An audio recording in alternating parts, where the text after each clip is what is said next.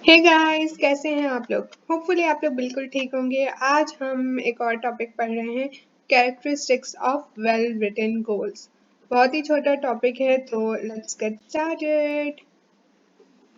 सबसे पहला आता है कि आप जो है गोल्स हमेशा आउटकम्स की सूरत में लिखते हो, एक्शंस की सूरत में नहीं। यानी आप लिखोगे कि मेरा सेल्स टारगेट इतना है, आप ये नहीं लिखोगे कि किस तरीके से मैं ये सेल्स टारगेट अचीव करूंगा। ठीक है, तो सबसे पहला क्या आ गया, written in terms of outcomes rather than actions, कि क्या करना चाहते हो, कैसे, बात की बात है। गोल्स आप हमेशा लिखते हो कि करना क्या चाह रहे हो। मेजरेबल एंड क्वेंटिफाइबल, ऑब्वियसली अगर वो मेजरेबल आपका गोल नहीं है और आपने कह दिया, जैसे कि आपने कह दिया कि मैं सेल्स हमारी बढ़ाएंगे, अब कितनी बढ़ाएंगे, अब 1% बढ़ाना भी बढ़ाना है, 2% बढ़ाना भी बढ़ाना है, तो आप एक टर्म्स लिखोगे कि इतना हम बढ़ाना चाह रहे हैं, इतनी चीज करना चाह रहे हैं। जैसे आपने कहा कि इस महीने में हमारी सेल्स 10% बढ़नी चाहिए। ठीक है, तो ये क्या है, बेसिकली आपने अपना गोल मेजरेबल और क्वांटिफाइबल सेट किया है।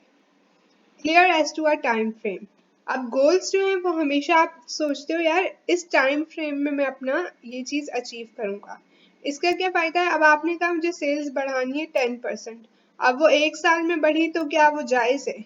नहीं, आप कहोगे इस महीने में, इस साल में, इस अगले साल में आप अपने टाइम लिमिटेड रखोगे कि इतने टाइम फ्रेम में मैं ये चीज करना चाहता हूँ।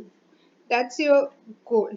ठीक है, चैलेंजिंग येट अटेनेबल, चैलेंजिंग गोल होना चाहिए, ऑब्वियसली बहुत इजी नहीं होना चाहिए, लेकिन आप उसको अचीव कर सकें ऐसा होना चाहिए। ठीक है, अब हमने कहा कि इस महीने हम अपनी 100% सेल्स बढ़ा देंगे। फॉर एग्जाम्पल लास्ट टाइम हमने कोई 10,000 की थी तो 20,000।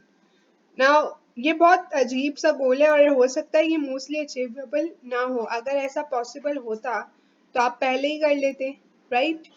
ठीक है, तो आपको ये देखना होगा कि जो गोल्स हम सेट कर रहे हैं वो चैलेंजिंग हों, यस, लेकिन अटेनेबल भी हों, आप वो अचीव कर सकें। ऑलराइट, देन रिटन डाउन, हमेशा जो गोल्स बनाते हो उनको आप लिखते हो। लिखने से क्या होता है, एक क्लैरिटी आपको भी आती है, उसके बाद जो दूसरे लोग देखते हैं वो गोल्स उनको भी बिल्कुल एग्जैक्ट चीज पता चलती है।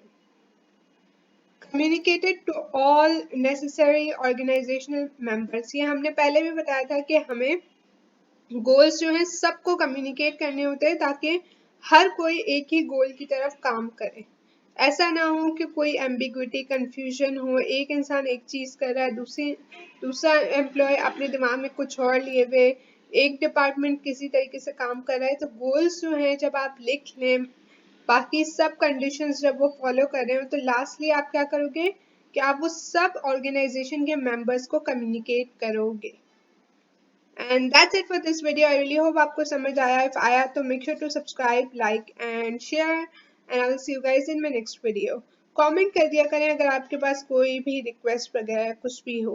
Okay, अल्लाह हाफिज।